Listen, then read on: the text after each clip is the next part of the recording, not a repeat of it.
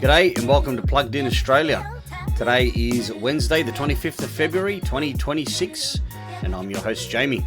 On today's headlines, Chery confirms its diesel plug-in hybrid dual cab ute for late 2026 with serious workhorse specs. The Drive Car of the Year 2026 awards see the Tesla Model Y, Polestar 4 and BYD Dolphin take home major category wins.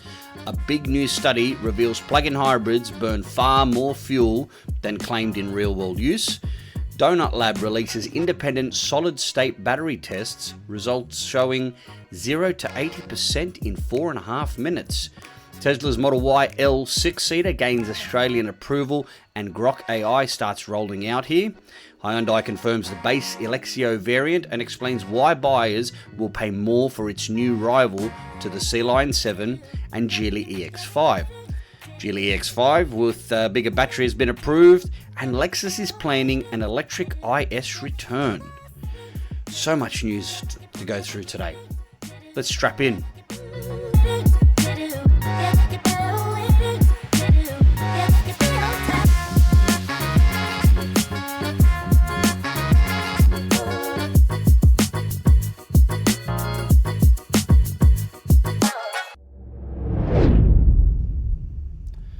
Chery has officially confirmed that its all-new dual-cab ute, internally codenamed KP31, will launch in Australian showrooms in the fourth quarter of 2026, and it will arrive with a powertrain that has never been seen before in a production ute anywhere in the world.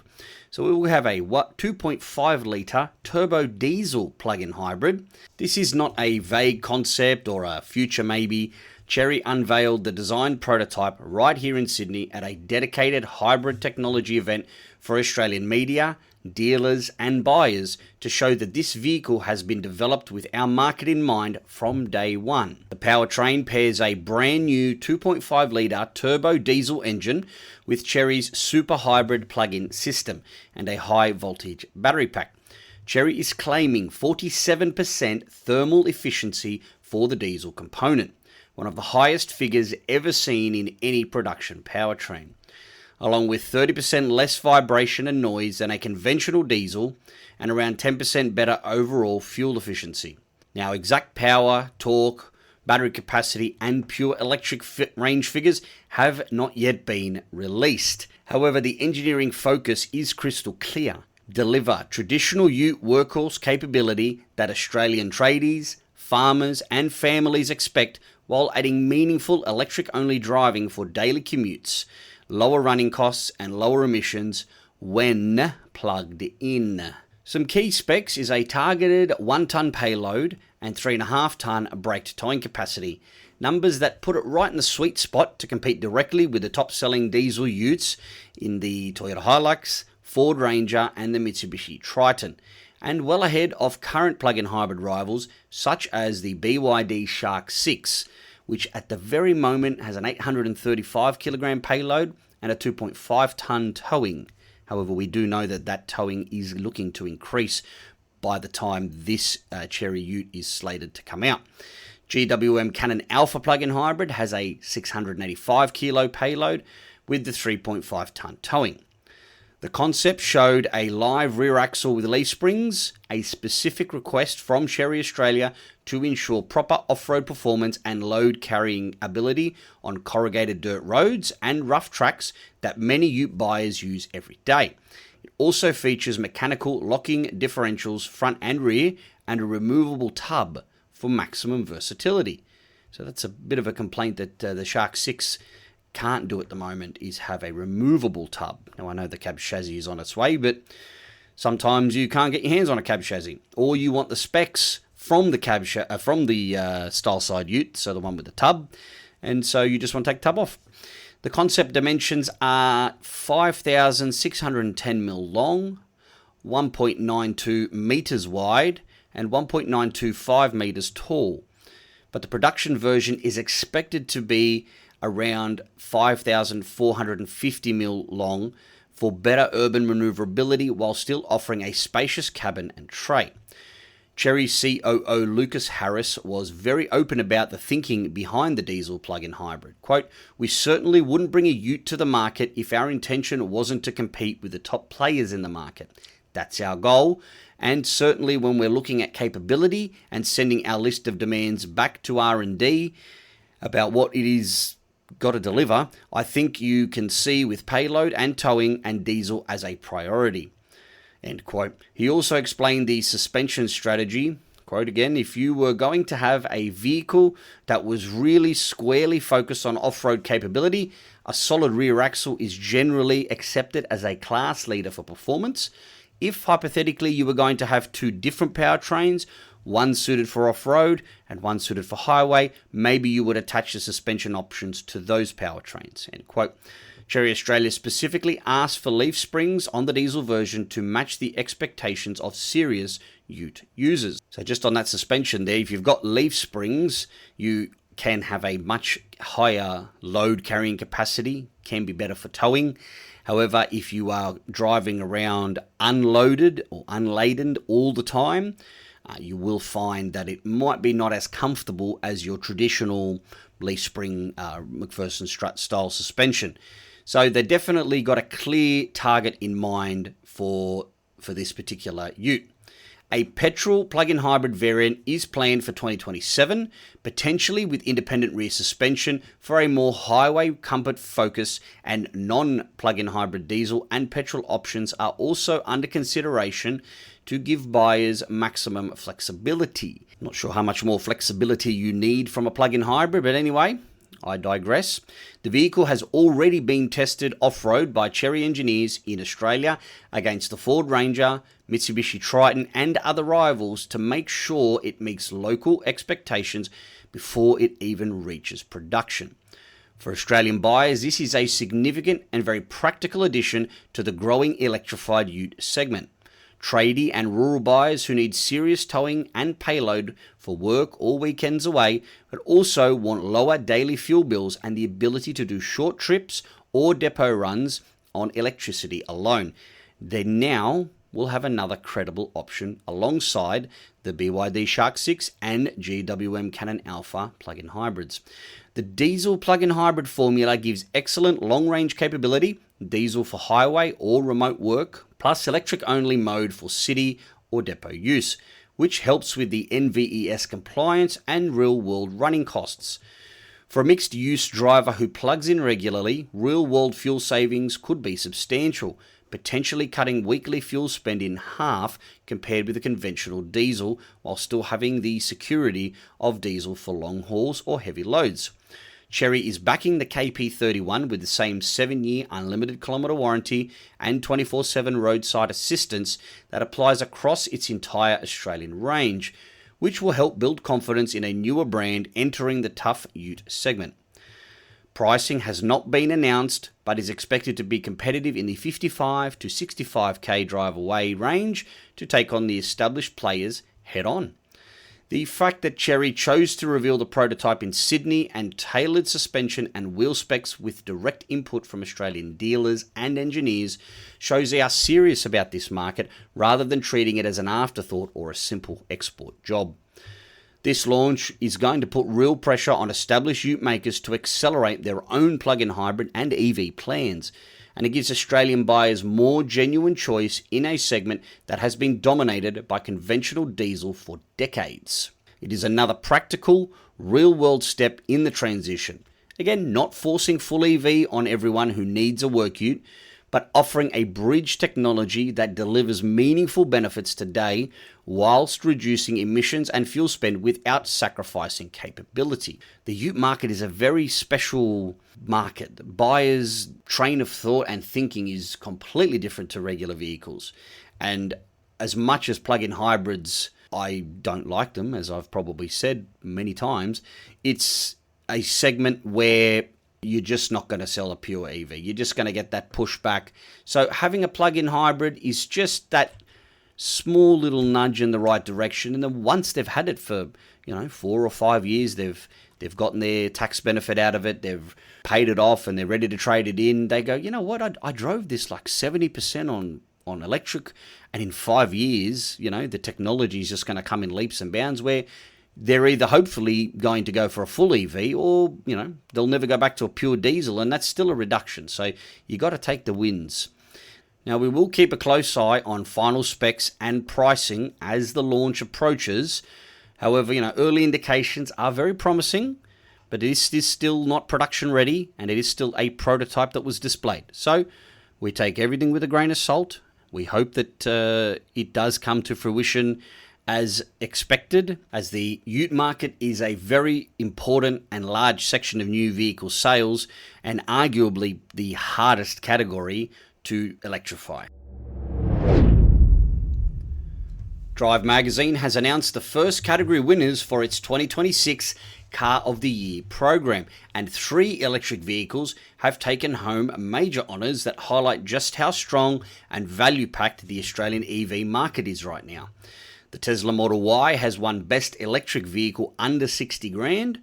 The judges praised its class-leading software that makes everyday EV ownership simple and enjoyable. The roomy and practical cabin with clever storage solutions, the sporty yet comfortable drive, best-in-class efficiency, and the unmatched convenience of the full supercharger network.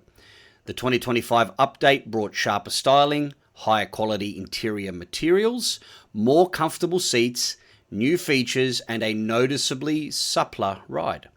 At 58,900 before on roads, the rear-wheel drive long range delivers 466 kilometers WLTP range, fast 25-minute 10 to 80% DC charging, and FSD supervised as an option.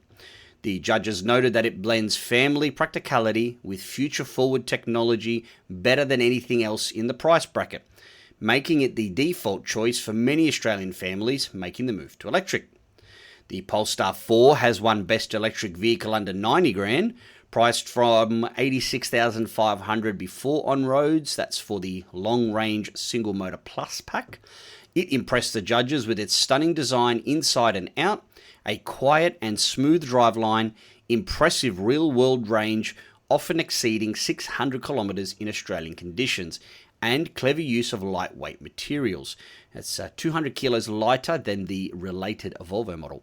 The absence of a traditional rear window gives a larger boot and better rear headroom while maintaining a sleek fastback look. The judges called it the most polished and complete package in the category, with excellent build quality and a classy, minimalist interior that genuinely feels premium for both front and rear passengers. That's interesting because they've decided to put the rear window back in the Polestar 4, so I guess each to their own. The BYD Dolphin has won Best Urban Car under $30,000. The Essential model at $29,990 before on roads offers a 45 kilowatt hour battery, 70 kilowatt motor, got 340 kilometers of WLTP range, and exceptional value for city buyers.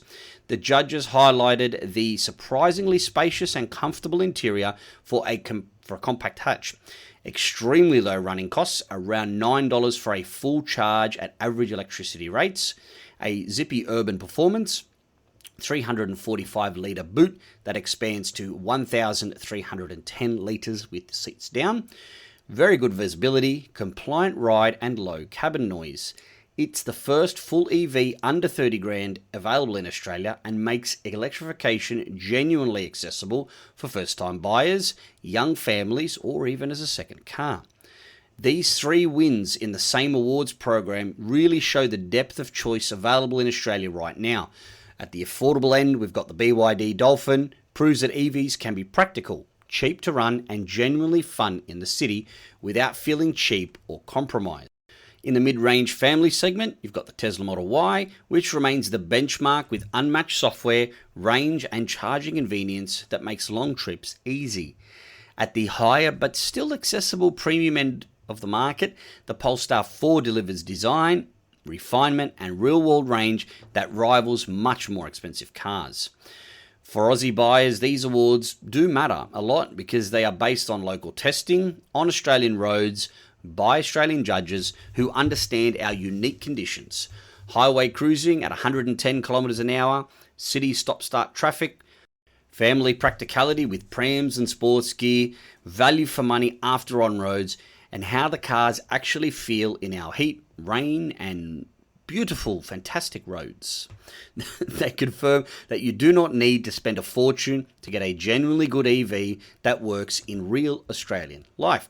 The wins also send a strong signal to other manufacturers that sharp pricing, strong real-world range, and thoughtful everyday features are what wins customers here, not just headline specs and brand prestige. These wins also have broader implications for the market. They encourage other manufacturers to bring competitive models at similar price points, which drives down prices across the board and improves features and quality. For the NVES, these strong selling EVs help manufacturers bank credits to offset higher emission models, keeping the overall fleet compliant and prices stable. For buyers, it means more choice, better value, and more confidence in the vehicles available right now.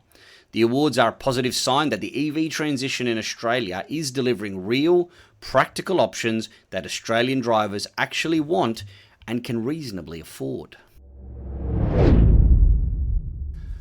A major new study by Germany's Fraunhofer Institute analysing on-board fuel consumption data from almost 1 million, so it's 981,035 to be exact, plug-in hybrids across Europe, these were 2021 to 2023 models, has found that in real-world driving, these vehicles use an average of 6.12 litres per 100 kilometres, more than 3 times the 1.57 litres per 100 kilometres claimed under WLTP testing. The gap is largest for vehicles that are not charged regularly. Even when plugged in, the many plug-in hybrids still consume more fuel than advertised because the combustion engine engages more often than in lab conditions.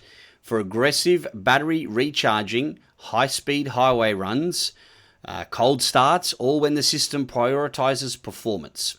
Luxury brands like Porsche averaged around 7 litres per 100 kilometres, while more efficient mainstream brands, thinking Toyota, Kia, Ford, Renault, performed better when owners charged daily and drove in electric first mode. This is not unexpected. Lab tests use idealized cycles and real life includes hills, traffics, aircon, cold weather and varying driver behaviour. But the scale of the study, which is, as I said, almost 1 million vehicles, makes the findings hard to dismiss. For Aussie buyers, this is important context when considering a plug-in hybrid. Many of us buy plug-in hybrids as a bridge, wanting electric commuting with the security of a petrol or diesel engine for long trips, or if you're towing or if you live in the middle of nowhere. So this does not make PHEVs bad. They are still a useful stepping stone for buyers not quite ready for full EV infrastructure or range, but it does reinforce the EV positive message. The closer you get to full battery electric operation, so regular home charging using electric-only mode for daily driving, the bigger the savings and the lower the emissions. For those who can charge every night, plug-in hybrids can still deliver excellent efficiency. The study is already promoting calls in Europe for regulations to use real-world data for emissions compliance rather than lab figures. In Australia, the NVES already pushes manufacturers toward more EVs and plug-ins, and this kind of transparency helps buyers make informed choices rather than being swayed by headline litres per 100 kilometre numbers. What's the takeaway for Aussie drivers? Well, plug-in hybrids can work well if you treat them as a plug-in vehicle first and a hybrid second. Honest data like this helps the whole market improve and keeps the transition grounded in reality. Donut Lab has released the first results from independent testing by VTT Technical Research Centre of Finland. The solid-state battery reached 0 to 80% charge in 4.5 minutes at an 11C rate and full charge in just over 7 minutes while keeping surface temperatures manageable. And just for those that don't know what a C rate is, it's a simple way to describe how fast a battery is charged or discharged compared to its total capacity. So 1C charges the full battery in 1 hour. And then if you've got a 2C battery, that means it can charge the battery fully in 30 minutes, twice as fast. or sometimes you've got a 0.5 C rate, which charges the full battery in 2 hours. So having a higher C rate means you're charging the battery quicker. However, that means you're putting more energy into the battery quicker, and that increases temperatures, which is why a specific note has been made about surface temperatures. So the battery targets a 400 watt hours per kilogram energy density and 100,000 cycle life. And it is already in production for the Verge motorcycles and apparently ready for cars. Also, just for some more context, just I don't like throwing around figures that don't necessarily mean anything to anyone. So the 400 watt hours per kilogram is the detail on how much energy you're getting per kilogram of battery that you're lugging around. So the Tesla Model Y in Australia, the long range, uses LG 2170 cells, and they are around 260 watt hours per kilogram. And then the entry level Model Y, which has the LFP battery pack, has about 180 watt hours per kilogram. So this 400 watt hours per kilogram is massive leap forward in what we're currently using. So for Australia, faster charging would make long highway trips easier. Higher energy density would give longer range in the same size pack. Longer life would improve resale value and lower the total cost of ownership. So mining and fleet operators could benefit from faster turnaround and longer battery life. If the technology scales, it could help make EVs more practical for our distances and conditions. The results are early, but the independent testing adds credibility. More data on cost and full integration will come soon. If the claims hold up, it could be a major step for EV adoption here in Australia. And I know a lot of people are very skeptical about the battery from Donut Lab. They released it at CES, which is a consumer electronics show in Las Vegas. I think it was in January this year. So I guess time will tell, but it's very exciting and just shows how quickly battery technology is changing. Tesla has received Australian approval for the Model Y L6 seater. The extended wheelbase version has 3 rows with second row captain's chairs for easier access to the third row, and it uses an 84 kilowatt hour battery and dual motor all-wheel drive. Now, pricing is expected to be in the $70,000 to $80,000 range before on roads when it arrives in later 2026. And this gives larger families a Tesla option with proper seating for 6 now that we don't have a Model X. Well, we didn't have one here in Australia for a while now, and now it's going to be finished completely soon anyway. Also, Grok AI has started rolling out to Australian vehicles with Hardware 3 first. The assistant uses natural language for navigation, climate, media, and just general questions. It can edit destinations, change settings, without having to touch the screen, and has custom personalities for fun on long trips. These updates make Tesla more practical for families and easier to use on Australian roads. The 6-seater fills a gap for growing families, and Grok improves the daily experience. Hyundai has confirmed the base Elexio will arrive in Q2 of 2026 at $58,990 before on roads. The front-wheel drive model uses a 160 kilowatt motor and large battery for competitive range. COO Gavin Donaldson said buyers will pay the small premium over Chinese rivals because of Hyundai's dealer network, service reputation, brand trust, and perceived quality. The weekly cost difference is small, however the peace of mind is significant, according to Gavin. The Elexio offers spacious cabin, safety features, and refinement that you would expect from Hyundai. It gives buyers a middle option between your value or ultra-value Chinese models and your more expensive brands. This positions Hyundai well in the mid-size EV segment. The base price makes it accessible, while the brand advantages give confidence for long-term ownership. Geely has approved the EX5 with a 68.39 kilowatt-hour battery. The current 60.5 kilowatt-hour version gives 430 kilometers of WLTP range, and the larger pack is expected to push the range up to 500 kilometers. The EX5 already offers fantastic value from $40,990 before on roads. The bigger battery makes it more practical for highway trips and family use while keeping the price low. Now, this shows that Geely is responding quickly to the Australian needs by adding range where it matters, and it will also help strengthen the model against the Sealion 7, the EV5 and the aforementioned Elexio. Lexus is preparing an all-electric IS for 2027. Single and dual motor versions are planned with styling inspired by the ZF-ZC concept. The current IS left Australia back in 2021 due to safety rules. An EV version would return it as a rival to the BMW i3, Mercedes C-Class EV, and within a certain extent the Tesla Model 3. The IS has a loyal following for its dynamics and luxury. An EV version would bring lower running costs and strong performance with Lexus quality. This fits Lexus's electrification plan and could fill a gap in the Australian luxury sedan market. Lamborghini has dropped plans for a full EV supercar in the near term and will focus on its plug-in hybrids.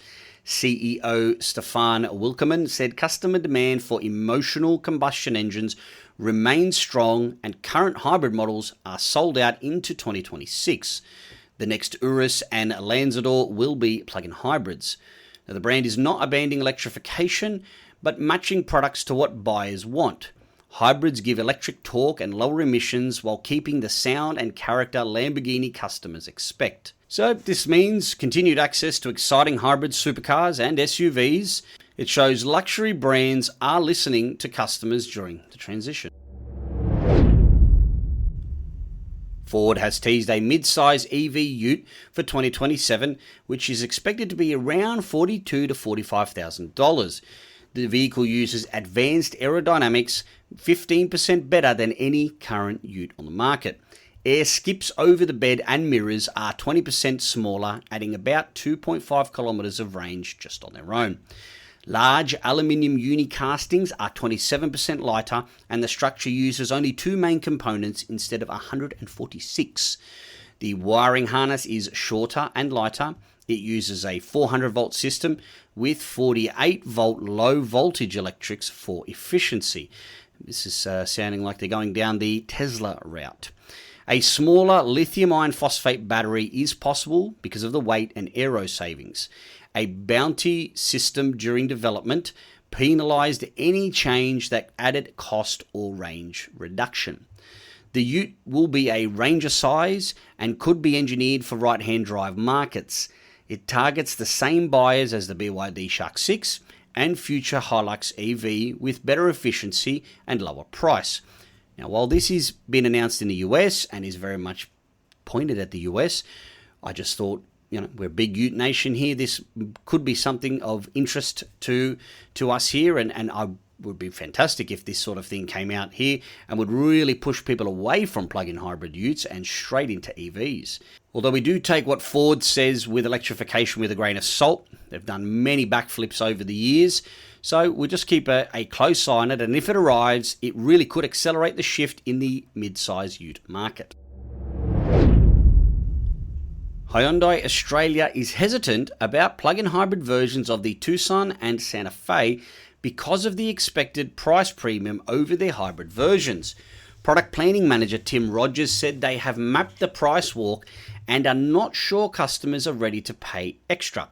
The brand is focusing on hybrids for the next 12 to 18 months and will wait to see how the NVES affects them before deciding on plug-in hybrids. I mean, Tim, you could just get full EVs, just saying. Hyundai is also looking at ways to cost optimize the technology. This means the popular Tucson and Santa Fe will unfortunately stay hybrid only for now. It shows established brands are being cautious, probably over cautious, with plug-in hybrid pricing to make sure buyers see clear value. For Australian buyers, this really limits the options in the mid-size and large SUV segments, but reflects the reality that plug-in hybrids need to be priced right to sell in volume. With any luck, if they're going to wait nearly 2 years, battery technology will have advanced to such a state that They just don't bother with the plug-in hybrids and just go straight for the jugular, straight for the battery electric vehicles. All right, that's all we have for today on episode 22 of Plugged In Australia. I hope you have learned something new again today. We discussed a lot of plug-in hybrids, which I don't like to do, but it's honestly a very important transitional vehicle for the market. Australia is just not going to jump straight into EVs that quickly. You've got to remember that we've only just had vehicle efficiency standards brought in, and we were the second last country in the world to do so. Russia, I believe, still doesn't have it, but they now are the only one. And that's why I will continue to cover plug-in hybrids until such a point where it's no longer a necessity to do so.